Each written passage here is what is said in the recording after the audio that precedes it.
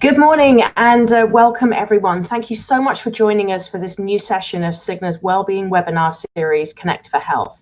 My name's Leah Cottrell. I'm the Chief Distribution Officer of Cigna in the Middle East and Africa.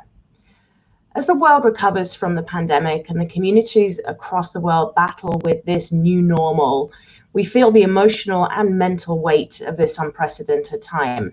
I think each one of us is redefining what daily life looks like, from wearing masks to step out of the house, to virtual connection instead of human connection, and weighing health risks in every decision that we make. Cigna understands that this sudden global shift comes at a heavy cost, and we're here to support you through those feelings of uncertainty, anxiety, grief, and isolation. And in our efforts to do so, we're really happy to announce that we're going to continue this Connect for Health webinar series throughout the year. We've put together what we hope you'll find to be an interesting and diverse schedule of webinars for the second quarter of the year, taking into consideration both the feedback and the requests that we've had from you, as well as seeking to reflect the latest situation as it evolves. Through these sessions, we'll continue to help you navigate this new reality and manage the upheaval.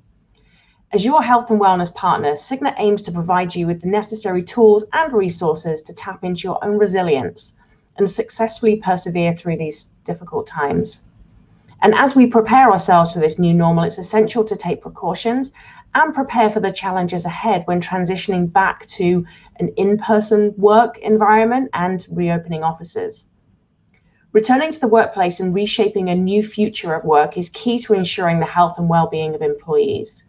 And at Cigna, we're placing a great emphasis on mental health and well-being to ensure that safe return to work. So today's session is titled Transitioning Out of Lockdown, and it explores the practicalities of returning to work and what measures can be taken to prioritize the health and safety of employees, including how they can contribute to a successful transition. We're absolutely delighted to be joined by not one, but two expert guest speakers for today's session.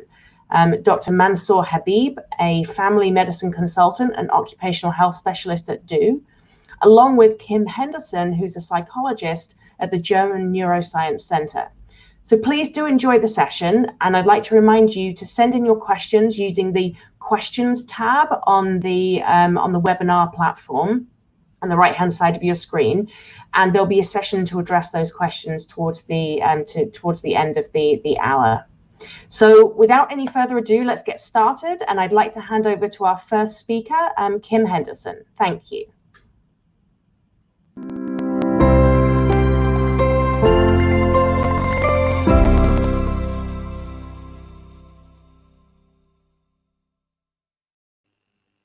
Good morning and welcome to this Cigna Connect for Wellness presentation. Thank you for Cigna for inviting me to speak, but also thank you to you for logging on to hear me talk about mental health during this time. I know it's probably a topic that you have been completely consumed by or trying to stay as much as possible away from. I just want to run through a quick agenda of what you're expecting to hear from me today.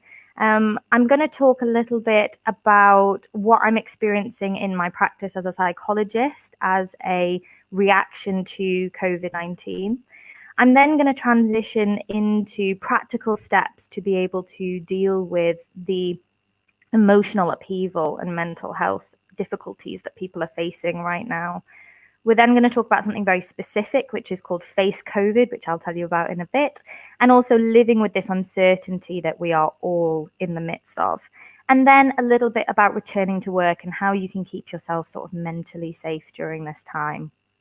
So first of all, what I'm experiencing in my current practice, I think we can all agree that Corona has taken an emotional toll on everybody in some way, especially those who are already living with anxiety or other mental health difficulties.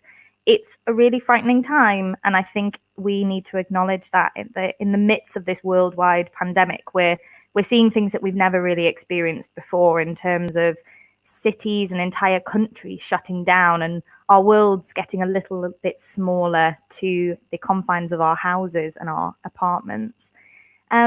But now we've reached a point where those cities and countries are slowly coming out of this very restrictive lockdown isolation. But what would you have experienced during that time? What I'm seeing in my practice, my daily practice, is if you have struggled with anxiety before, this pandemic may make your symptoms slightly worse in the short term. For example, if we were already struggling with feelings of panic or anxiety, kind of leaving your house now becomes a little bit of an uphill battle. Also, if we're struggling with things like obsessive compulsive thoughts or behaviors, the need to check things and the fear of germs, you might be experiencing a temporary increase in those symptoms. The same with depression. If we struggle with depressive episodes or feeling slightly lower with our mood, you might find this time particularly difficult. This kind of lack of routine and predictability may make you feel a little bit overwhelmed. Also, we're bombarded with social media pictures showing families bonding and families loving this time all together, and messages that we should reach out and talk to other people, be it virtually or over the phone. And this can sometimes make people who struggle with their mood not want to do this. They want to withdraw naturally. So during this time when we're bombarded with these messages, it can feel very overwhelming and isolating. But also trauma. If you have experienced any traumatic events in your life, the uncertainty of what is going to happen makes this particularly difficult for you and re-triggers these trauma-related memories, which we fight so hard generally to acknowledge and manage. Also, I'm seeing a steady upsurge in those who live with chronic illness generally. You find day to day, if we're living with a chronic illness, stressful enough. And now, in addition to those already big stresses in our life, we're dealing with worrying about going to the grocery shop or going to the doctor's office, where we physically did feel safe before, now feels a little bit safe and unsure. And also a steady rise in those who are struggling with unhealthy coping methods, such as drinking a little bit too much, substance abuse, or overeating. You might feel overwhelmed by these difficult emotions and kind of wondering where we're going to get that support from. These are all things that I'm seeing in my current practice. And if any of this rings a bell with any of you, I would just like you to know that you're not alone and you can get the support if you need it. If you're struggling with some of the reactions that you've had, just start by knowing that this is a period of change, uncertainty. It doesn't mean that you are weak and that your coping strategies don't work. It just means that we need to adapt those coping strategies a little bit during this time. Many of our coping strategies are out and about, getting out, connecting, understanding, processing, speaking, talking, opening up. And a lot of that has been made harder by kind of social distancing. So what can we do now? What I would like to introduce you to is a therapeutic technique called ACT. This is acceptance and commitment therapy. And as the title suggests, it's all about accepting and committing to moving forward with a meaningful life, as you can see. What I would like to talk about is a specific COVID-related ACT model. This is called Face COVID, and each of the letters means something different. So I'm just going to run quickly through Face COVID to just open up this ACT method. So what we've got is F. F is focus on what you can control. Corona has affected us all really differently, physically, emotionally, economic, socially, psychologically, being the biggest of all. And a lot of us are dealing with really new challenges by this widespread sort of illness. And when we face this sort of challenge, generally we know from research that fear and anxiety are completely inevitable. They're also normal and natural responses. Our bodies are hardwired to act in these situations which we perceive danger and uncertainty in. And a lot of what is really easy to get caught up into is this worrying and rumination about all sorts of things that are outside of our control. how the virus might affect you, how it affects your loved ones, how it affects the community, the country, the world, what will happen, and so on. These are all really natural thoughts, these are all really natural worries, but it's not useful or helpful to get wrapped up in them. So the single most important thing that you can do in this type of crisis, corona or otherwise, general crisis, is to focus on what you can control. We can't control what happens in the future, and we can't control corona itself, although we're trying really hard to as a world. We can't control the world economy, and we can't control how each government attends to this situation. We also can't magically suddenly control our feelings by eliminating all those perfectly natural feelings like fear and anxiety. But what you can control is the here and now, and that's what we're going to focus on. Because what you do here and now can make a huge difference to yourself, people who you live with, and also a significant difference to the community and world around you.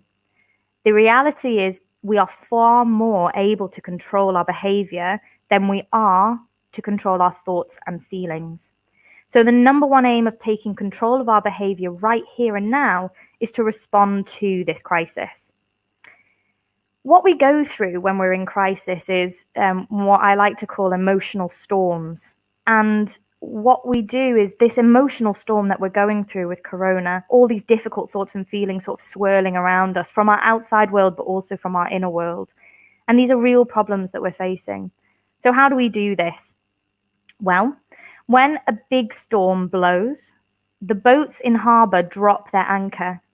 They don't do this because they think they can control the storm. They do it because they don't want to get swept up in the sea. They don't want to get swept up in the storm.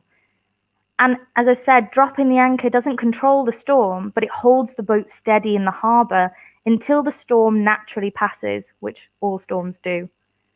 Okay?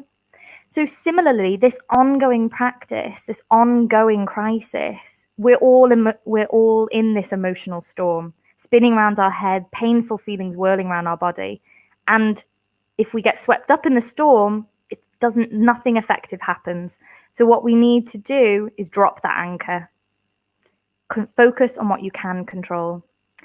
The A is all about acknowledging, silently and kindly acknowledging whatever is inside you, this kind of emotional storm. Take a stance as somebody who's curious, kind of observing what's going on in your inner world, which is different to everybody else's inner world. And as you do this, it's often helpful to just name it. It doesn't have to be out loud, it can be silently, but consciously naming what we're going through. I'm noticing anxiety. Here's my mind worrying again. I'm feeling stressed, I'm feeling sad. And while we're acknowledging these thoughts and feelings that come up with our inner storm, I also want you to come back into your body. Come back into and connect with your physical body. What we call this are grounding techniques. They make us feel connected to something purposeful and meaningful. We remain aware of our thoughts and feelings. We continue to acknowledge their presence, but at the same time, we connect with our body and actively move it. This gains so much control over your physical actions, even though we can't control those feelings that come. Remember the F, trying to focus on what we can control, not what we can't control. And while you're acknowledging these thoughts and feelings, this inner turmoil, this inner storm, come back to your body. And I also want you to try and engage in what you're doing. Get a sense of where you are and refocus your attention on activities that you love to do and that you enjoy doing. Some things that we can do to engage, again, are grounding techniques, something that keeps us solid, something that gives us a focus, that sense of security. Look around the room and notice what you see. Notice what you hear. Notice what you smell and taste and touch. Just notice what you're doing. And at the end of this exercise, bringing your full attention to the task at hand, you've grounded yourself, now we can focus and engage again. So what we would like to do, ideally, is to circle through this FACE process 2 or 3 times. It's a 2 to 3 minute practice during the day, and I think you can agree that everybody can focus for 2 to 3 minutes.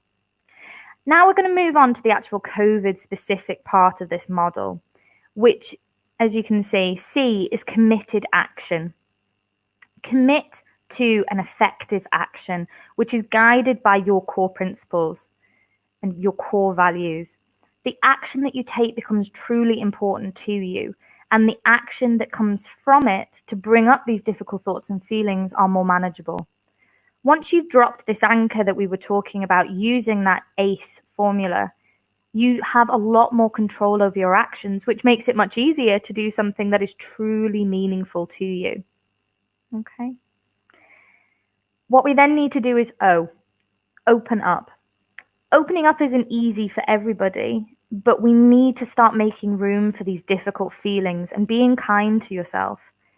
The difficult feelings that you've probably had through COVID are going to evolve and going to change as the process changes, as COVID changes. But we need to acknowledge that this is happening to us, that we're cycling through these feelings of fear, anxiety, anger, sadness, guilt, loneliness, frustration, confusion, and so many more. These are all quite negative, but maybe they evolve into something more neutral and then to positive, and then we cycle back round again. It's an ever evolving process. We also need to remember in opening up self-kindness. It's really essential if you want to cope with this crisis and this transition back to the new normal, especially if you're a caregiver. Think about when you're on a plane, you've heard the message, in the event of an emergency, you put your own mask on before assisting others, because if you don't have your own oxygen mask on, you can't help other people. So this is the same process with self-kindness. If we're not kind to ourselves, how can we be kind to others? How can we support others? Okay. V is for values. Committed action, like we talked about, should be guided by these core values. What do you want to stand for in this crisis? What sort of person do you want to be as you go through this? And how do you want to treat yourself and others? Look for ways to sprinkle these values into your day. If you don't know your values, this is a perfect time to start reflecting on those and understanding what truly means to you. And then let them guide you and motivate you in your committed action, in opening up, and the V for values. The I in COVID represents identifying resources. Identifying resources for having help, who you can support and who can support you. Who do I need to go to when I need assistance? And who can I talk to when I need some advice? This doesn't have to be professionals. This doesn't have to be anybody in any sort of position. It could just be friends, family, neighbors, but it can also be those people in sort of expertise positions like mental health professionals, general health professionals, and the kind of emergency services. We have resources. Let's use them to make this time easier. Why make it more difficult for yourself? And the D, which I'm sure Dr. Mansour is going to talk about as well, in terms of distance and disinfect physically. I'm sure you're already aware of this, but it's always worth repeating. Disinfecting your hands regularly and practicing social distancing as realistically as possible. This isn't only for you. This is for the psychological and mental health of other people as well. How unsafe would you feel if somebody coughed in your face? Think about it for other people. Everybody's anxiety levels are different. Everybody's needs are different. So if we are following the guidelines, it's not only for you, it's for the greater good, but also for the community around you.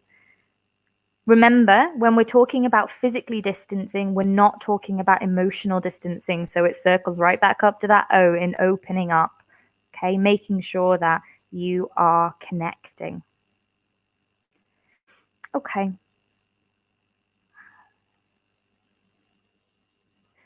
Now I'm going to talk about uncertainty. Life is filled with uncertainty, and what I want you to do is live well with that uncertainty. So we're talking about your mindset. It's absolutely key in surviving these kind of uncertain times. Life is filled with uncertainty, but let's remain outside. Let's remain in control of what we can be, okay? What we need to do is challenge that need for certainty and not using worrying as a tool. We need to actively deal with our emotions, challenge that need for uncertainty, talk to yourself about what are the advantages of certainty, but what are also the disadvantages. How can we be absolutely certain of life? And also, why do we assume bad things will happen if the outcome is uncertain? And let's think about the likelihood of that. Let's think about the sort of percentage likelihood that that is. Okay. Now, after all of that, how can we return to work? For those who haven't been sick, COVID is a time where our lives have just gotten a little bit strange and gotten really small. So now, when coming out of isolation, we've probably come up with our own set of stressors. And there's a certain comfort in being cocooned of our routines that we've now had to shift into, where actually we're limited to what we can do. So we just have to take care of ourselves and the people in our immediate bubble. But actually, let's reflect on what lockdown has given us. Let's reflect on the good things that lockdown has given us. And as we transition into this new period of coming out of lockdown, emerging from this cocoon of safety, how can we keep safe during this process? For you, but also for others. And this is what I encourage you to do in terms of returning to work. I really want you to be an emotional detective as well. I want you to look for signs of emotional impact over the coming weeks and months on yourself, being really self-aware, which circles back up into committed action and values. Are you living true to those values? Do you need help and assistance? Identifying those resources. But also, I want you to be a detective for your colleagues and for your co-workers. Can you see any signs of emotional impact? How can you help? Again, who do you want to be in this crisis? Do you have the emotional bandwidth to support somebody else, or is that better given to somebody else to deal with? Be that emotional detective in your life. Thank you so much for listening to me. And now I'm going to hand over to Dr. Mansoor Habib.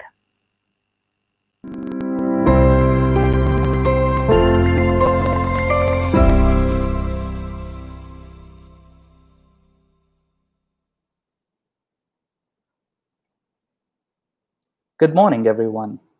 Thank you, Kim, for such an insightful session, especially your mnemonic, face COVID. I love that. The letter D has made my life easy a little bit to jump into the role of safety measures. But before that, I would like to sincerely thank our Cigna organizing team for giving us the opportunity for meeting with all of you virtually. Hopefully one day we'll meet person to person and we can discuss further insights about this pandemic and how it has reshaped our life. Having said that, my discussion today will be about two main areas. The first area will be about safety measures in returning to office and the new transition. And the second aspect of my talk would be about some of our remote working barriers and tools and tips how we can tackle those from an occupational health perspective. As you can see in front of you, the safety measures that been reiterated again and again by the World Health Organization, by various entities. And as you can see, it's a global language.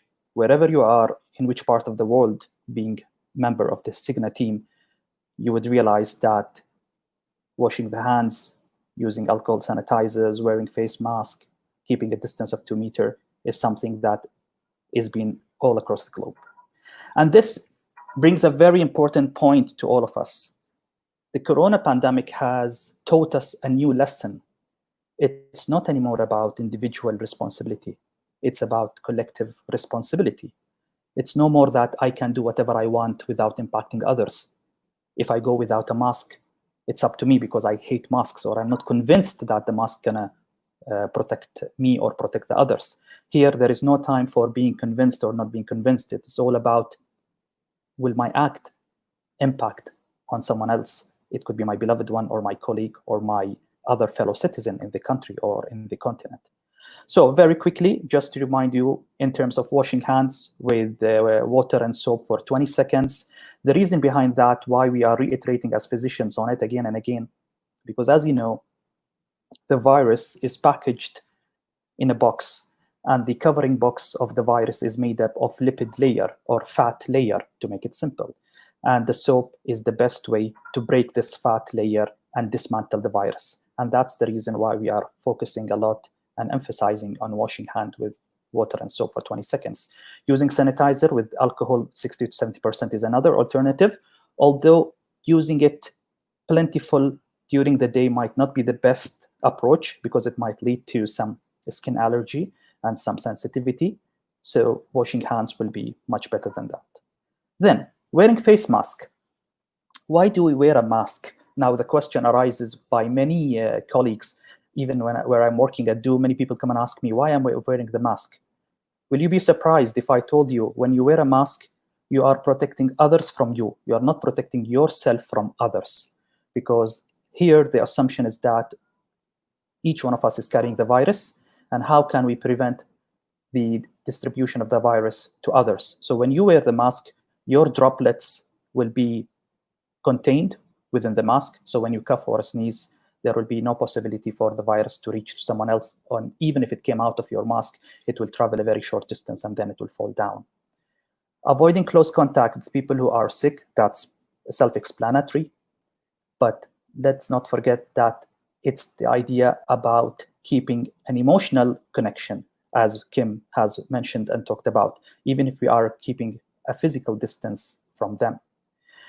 And another important aspect is the 2 meter. Why we have done the 2 meter distancing? Because the studies has found that when the virus in the droplet travels from your cough or sneeze, within 1.5 meters, it will fall off. Especially if you're wearing the mask, it will fall off before that.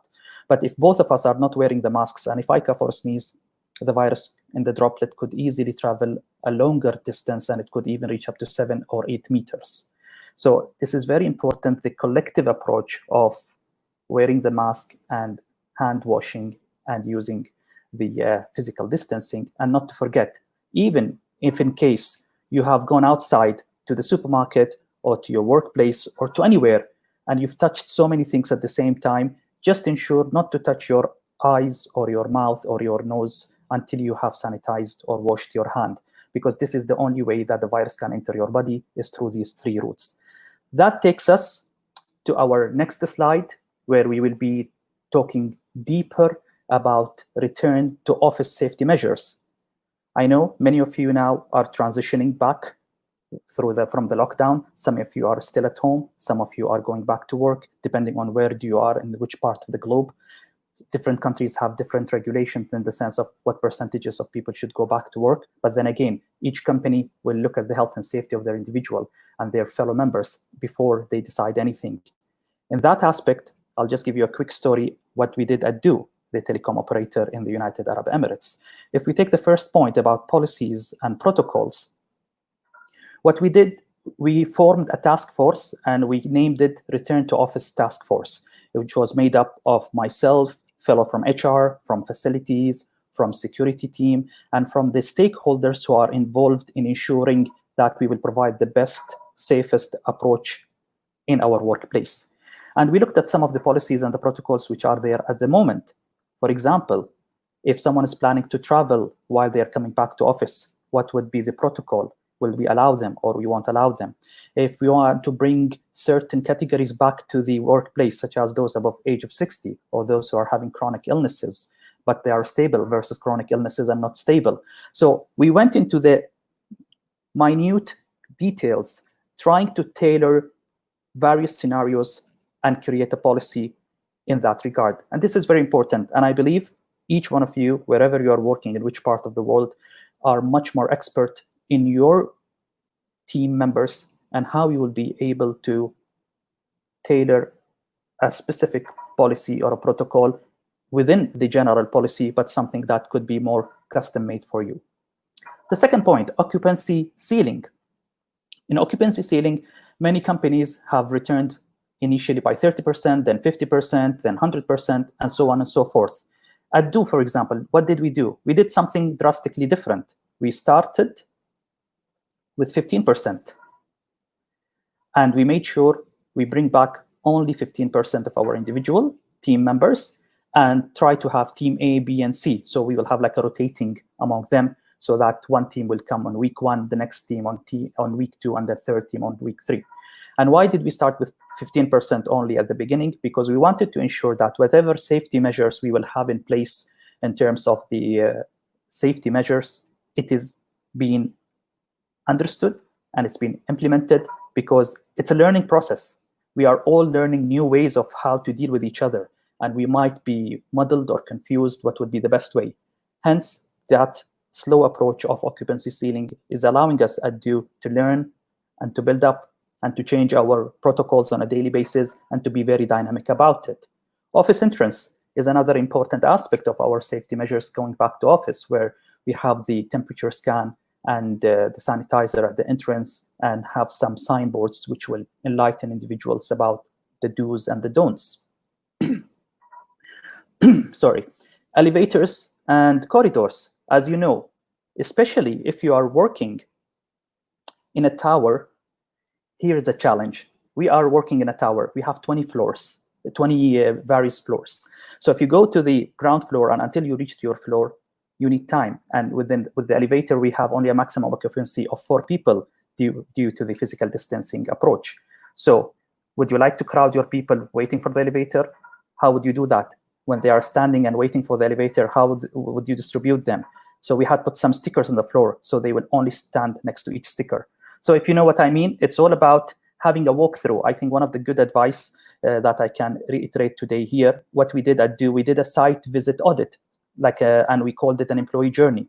So as a task force, we went down and we assumed that we are resuming work, and let's try to find out what are the gaps. And this allowed us a lot to learn so many things while we were walking down the corridors and the floors and going to the office and the workstations, which takes me to the workstation, to the washrooms and pantries. This is another important area where you want to ensure that sanitization and cleaning is happening. How do you manage that? If you have a cost issue or a cost challenge, here sometimes you might be mindful where what we did, we have closed the bathroom in certain floors because the occupancy is much less until we see how things goes on. So there are various ways that you can tackle it depending on the structure of your building and the design of your workspace. That takes me to workspace and meeting rooms. Also, this is one area where we have made sure that every other desk is kept empty so that we keep that physical distancing, and we used minimum measures with some signages and stickers in meeting rooms. How many people should attend in a meeting room, where we are encouraging our staff to do virtual meetings. But if there is a real need for a face-to-face meeting, there is a maximum occupancy within a specific meeting room. So as you can see, and then in the middle, obviously, deliveries and visitors. That's another big challenge where we have, as a telecom operator, we have a lot of partners, we have a lot of people ordering food. So we had made it very clear that at the moment, deliveries will not be allowed until further notice, and people can go and pick up their own food from down the building or bring their own food from home.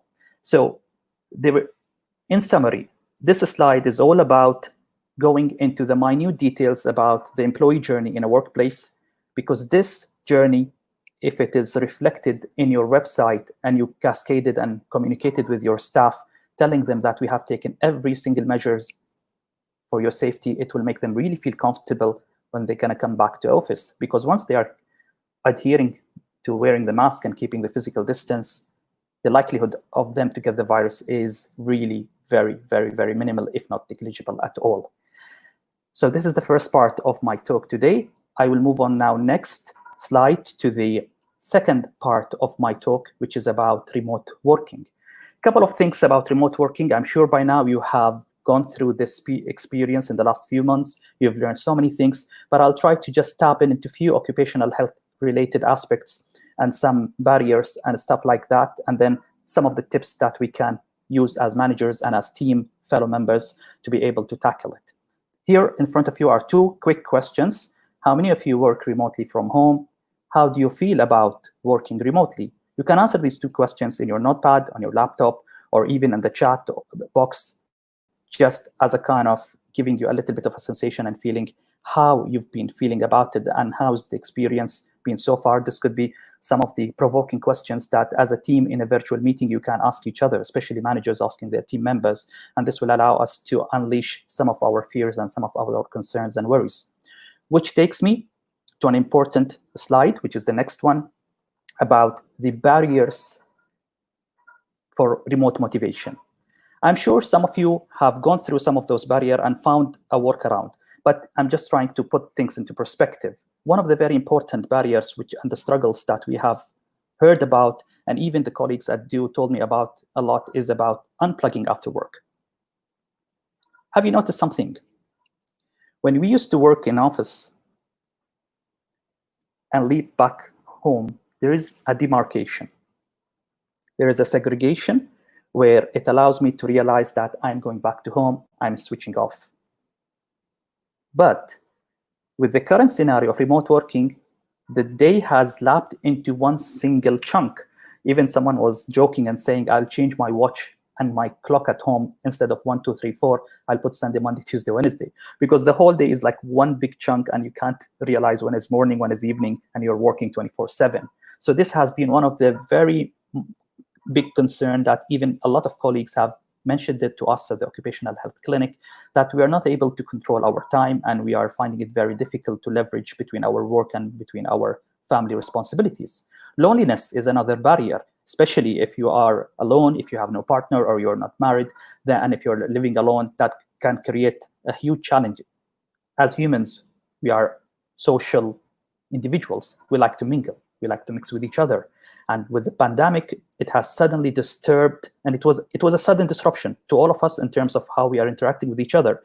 No matter how much virtually I'll interact with you, the energy level flow when we are face-to-face is totally different. Another one is about collaborating and communicating.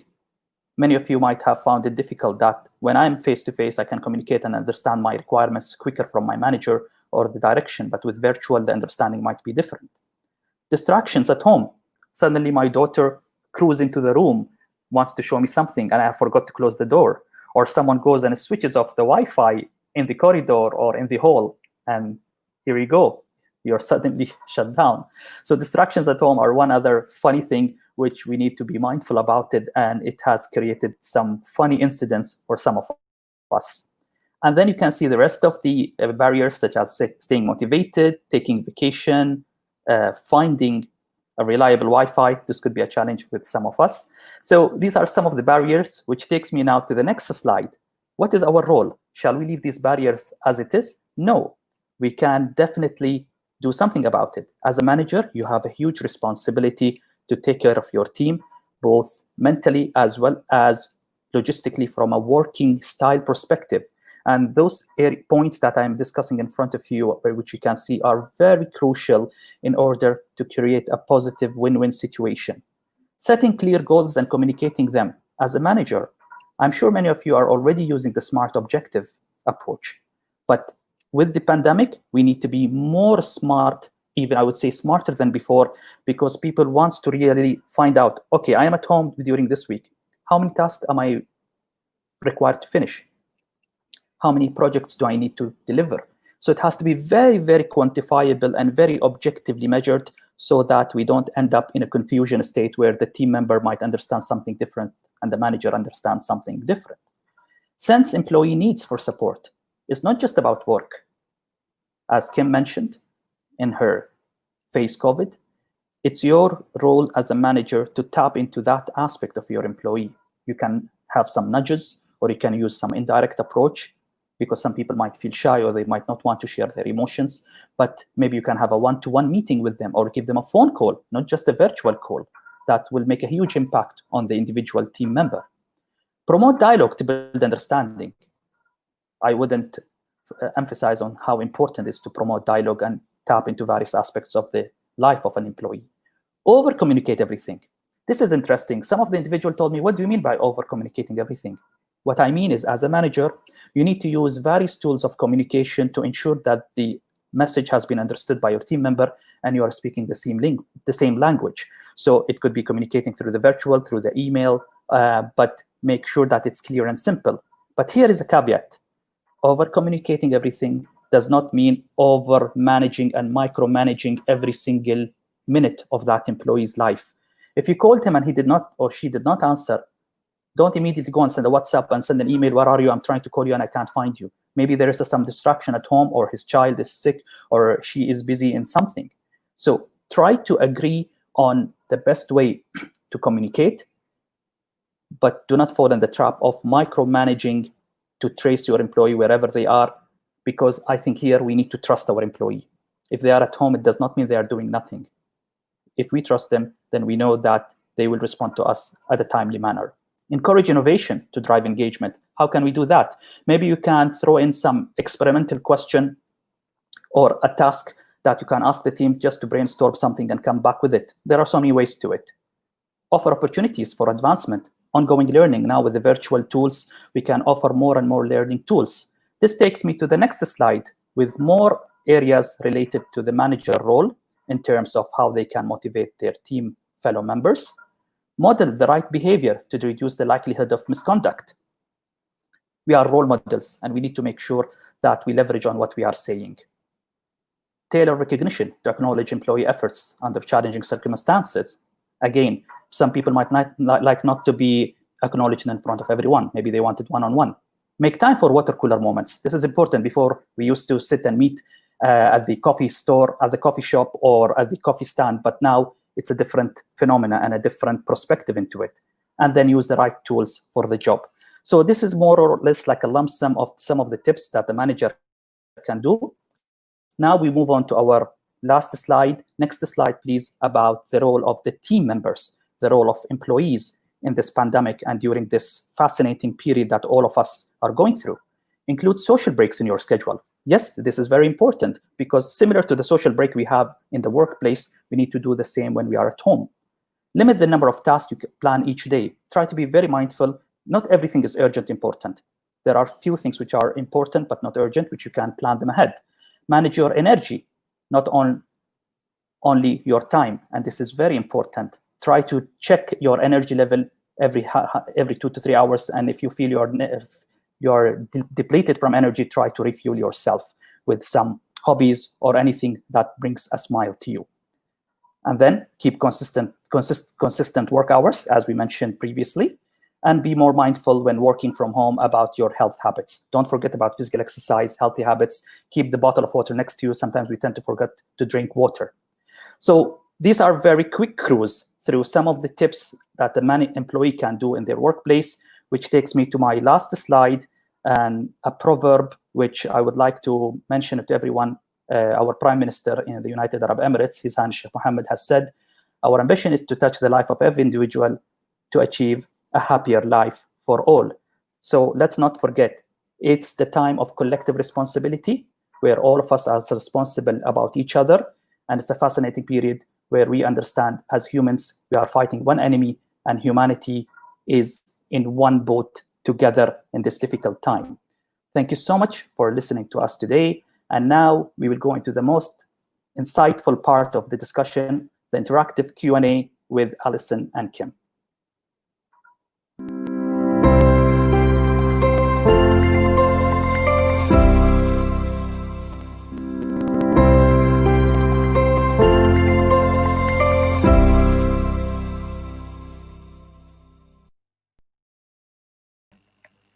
Hi, good morning, everyone. My name is Alison Sharp, and I look after client management for the Middle East for Cigna. Thank you, Kim. Thank you, Dr. Mansour, for your talks today. Really interesting and a lot for us to think about. I'm going to go straight into the questions because there have been quite a few for you. The first one I wanted to start with was for Dr. Mansour, and it was regarding face masks. So, Dr. Mansour, there have been lots of reports today about cloth face masks and how they're not allowed to be used, and you could potentially face a fine for using a cloth face mask. What are your thoughts on different types of masks and what are the most effective? How to manage wearing masks for long stretches of time, particularly when you're in the office for 8 hours and longer? So quite a long question there, but Thanks so much for this question. Just very quickly to reiterate, the best mask to use is the N95 mask. Why it is called N95? Because it prevents 95% of the particles and the germs to come inside your body. But that is only used for healthcare workers and high-risk people because it's very difficult to breathe in while you are wearing the N95 mask. Having said that, the normal masks which is available, the 3M and all of the other ones in the market is fine because they have 2 to 3 layers. Although I'm more into sustainability and into the fabric use because with the issue of recycle and reusing the plastic mask might be a challenge.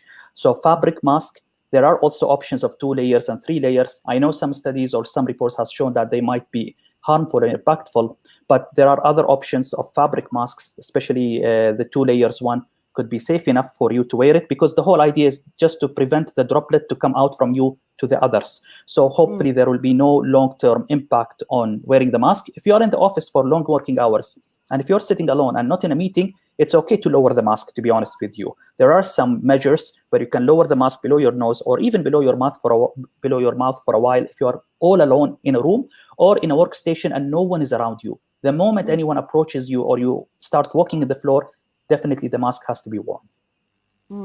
So it's more for the person wearing it, it's more for their purpose rather than anyone else around them. Okay, Absolutely. thank you. Question for Kim. So the question is, I'm not suffering from anxiety, but my wife is really struggling. How can I help her? Yeah, I hear this a lot, and it's really difficult, isn't it? Because if we're not going through the same thing, it's really difficult to sort of empathize. The main thing is just being present, just being a part of that discussion with them. And it's not about fixing, it's not trying to reduce their anxiety. They have to learn coping mechanisms for themselves, but you can support in that and you can help guide those coping mechanisms. It's really important that we are that receiver of that O in face COVID, that kind of opening up. That's what they need. They need somebody to talk to. They need somebody to understand their anxieties, not to fix it. So it's about being present. It's about listening. It's about supporting. It's about doing as much as you can and being really explicit with each other. We often in life have these sort of implicit conversations where we say, oh, I'm anxious. Oh, okay, well, what do you want me to do about it? It's about being really explicit. So when I'm anxious, I need you to do 1, 2, and 3. That would really help calm me. Okay, great. I can absolutely do 1, 2, and 3.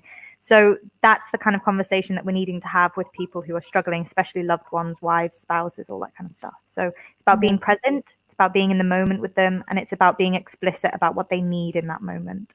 That would really help. Good answer. There's a question here which I think I can take. So is the PRC test covered by insurance?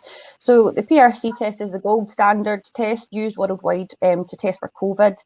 It is covered by your insurance, like most things, when it's medically necessary. So if you have symptoms, if you're high risk, if you are due to undergo a surgery, then you will need to be tested. So as long as there is a medical need, then yes, it is covered by your insurance policy. Dr. Mansour, I'm going to go back to one for you. So what are some of the precautions to bear in mind while traveling this summer? Okay, before we go into precautions, I would highly recommend to reconsider our travel plans. Unless it is really necessary to travel, then we need to take that decision. There are multiple options of staycations, I'm sure, wherever you are in any part of the globe.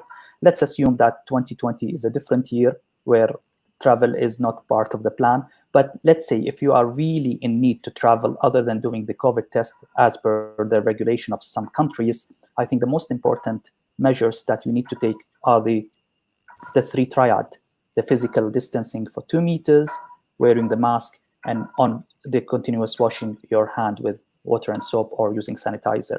Those are the best 3 measures which will ensure the as minimum possible the likelihood of that virus to get into you. Thank you.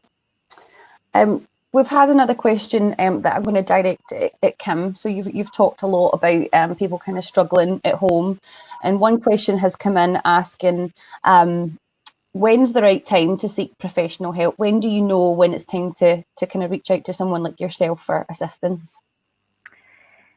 Yeah, it's a question that I get a lot as well, these kind of warning signs for sort of mental health difficulties or somebody's just generally struggling. What I tend to look for is any dramatic mood changes, so rapid or dramatic shifts in people's emotions or feelings. Withdrawal. I understand that social isolation means that we do have to spend a little bit more time on our own in isolation, but now that we're coming out, it's that kind of social withdrawal, the loss of the interest in activities that we've previously enjoyed. So that's something to look for, withdrawal. Also a drop in functioning. You might notice, maybe your partner or somebody at work is having problems kind of thinking or functioning. This kind of problem with concentration or memory.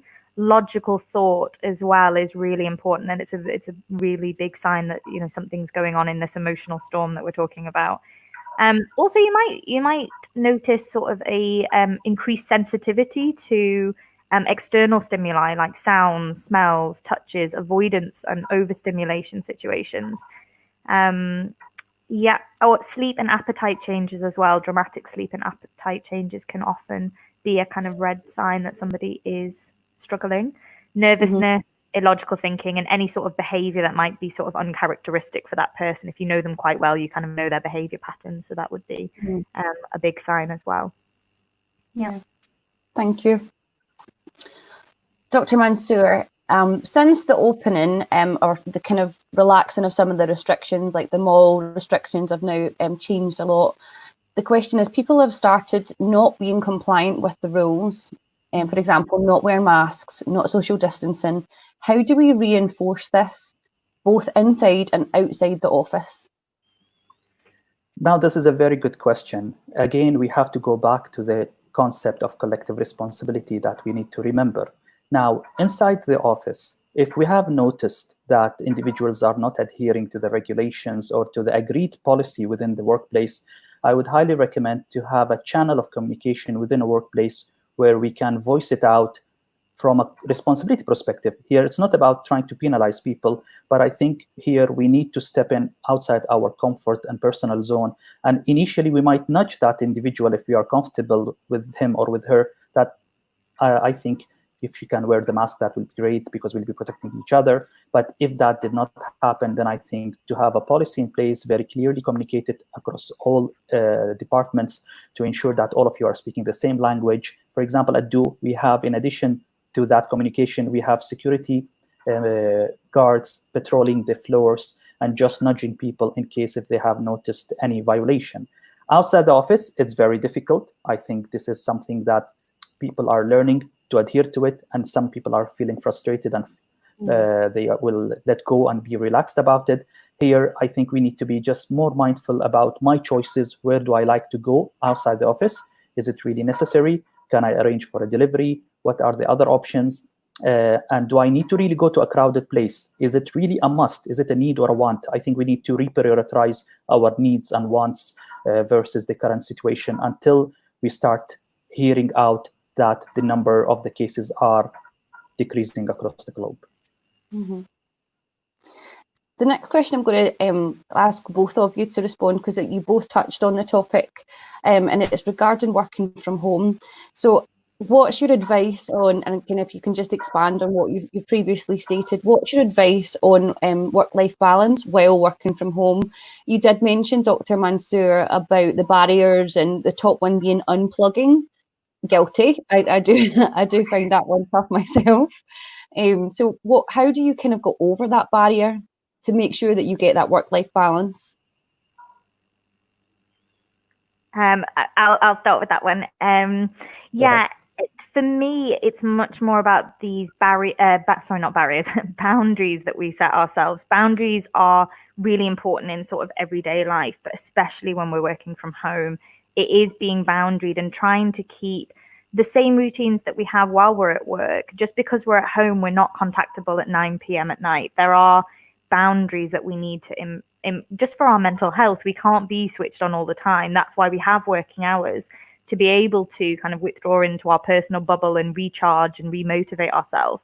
So it is all about boundaries. It's about setting healthy emotional boundaries, which are sustainable.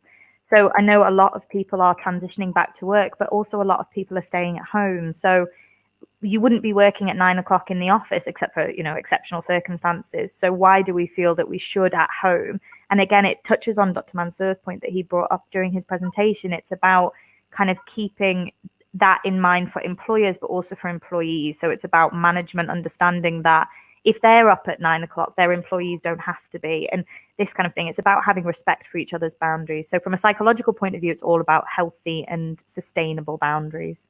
From an occupational health perspective, two important things. Number one, role modeling. As a management, we need to role model the behavior that we want to cascade down. If I am the CEO and I'm sending you an email at 9 p.m. and at 10 p.m., then I would be expecting everyone to do the same. And that's the challenge. I cannot say, no, this was urgent, I'm not expecting the others to do it. We need to be very mindful about role modeling as a management, because it is contagious. The second aspect, when it comes to the employee himself or herself, they need to make sure that they have some kind of an agreement with their manager that I have my life as well. It's not about being rude or being harsh, but as we used to work in the office and there was a demarcation, this is my demarcation. Some of the quick tips for an employee: he could dedicate a specific office station within his house so that not everywhere in the house is a workstation, because then you will know that once you go to the room and you sit on that table, on that desk, then that is the place where you work. You don't take your laptop to the couch or to the bed because it will be continuous plugging in. Another tip: if you're receiving your emails on your mobile or on your tablet, switch it off. Let the email only be receiving on your laptop. So then you are in control of your time. You decide when you go to your laptop and open it up and answer the emails, even if they come at an inconvenient time. Here, this will allow you to suddenly realize that nothing gonna happen. The life will not fall off. There is nothing worse than this pandemic. What worse can go than that? Things is solvable. And if there is something really pressing, I will get a phone call if it's a matter of life and death. Mm-hmm. Thank you. I've just got time for a couple of more questions, but there is one that's come in which I do think is really important. So given the current conditions, would you consider it safe for pregnant women, diabetic, or other vulnerable population to return to work? Very good question. At the moment, it's very, very debatable. And looking at all the parameters and all the statistics coming, we are still very cautious about those categories and the term of them returning to office or being exposed to open areas, because we've seen that the coronavirus deals very differently, because the whole challenge is that the one important factor that protects us from the coronavirus is our immune system.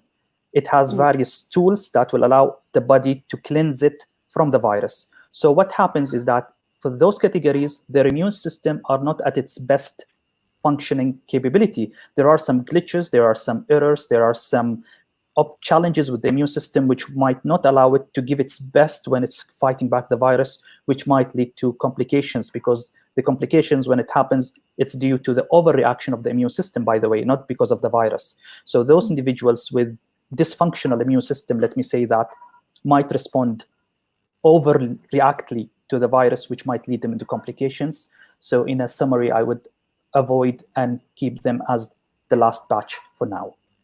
Yeah, makes complete sense. I'm going to finish with one last question for Kim. So the restrictions are more liberal now, but I still don't feel comfortable leaving home. How do I identify if this is a panic reaction to the crisis? Ooh, really good question. Because, yeah, we experience panic normally in day-to-day life, but trying to distinguish whether this is panicking because of corona or general panic, really interesting, really interesting. It's, to be honest, at the moment, we don't need to distinguish it. If you are panicking, if this is a panic reaction to COVID, the point is that we're panicking. So let's deal with that first, and then we can reflect later on whether this is in relation to corona or whether this is generally something that we need to maybe get a handle of. So I think what it would be to do is to understand the panic. Where is the panic coming from? Really listen to and be aware of the kind of thoughts that you're having, how that links to your emotions. And then also use these kind of grounding techniques. Again, it is important that you recognize whether this is specifically situational or general, but at the moment, let's deal with the panic. So again, use those grounding techniques that we talked about, understand your kind of hard no's and hard yeses, be kind to yourself in the process as well, and just go with the flow. That would be my idea. Thank you.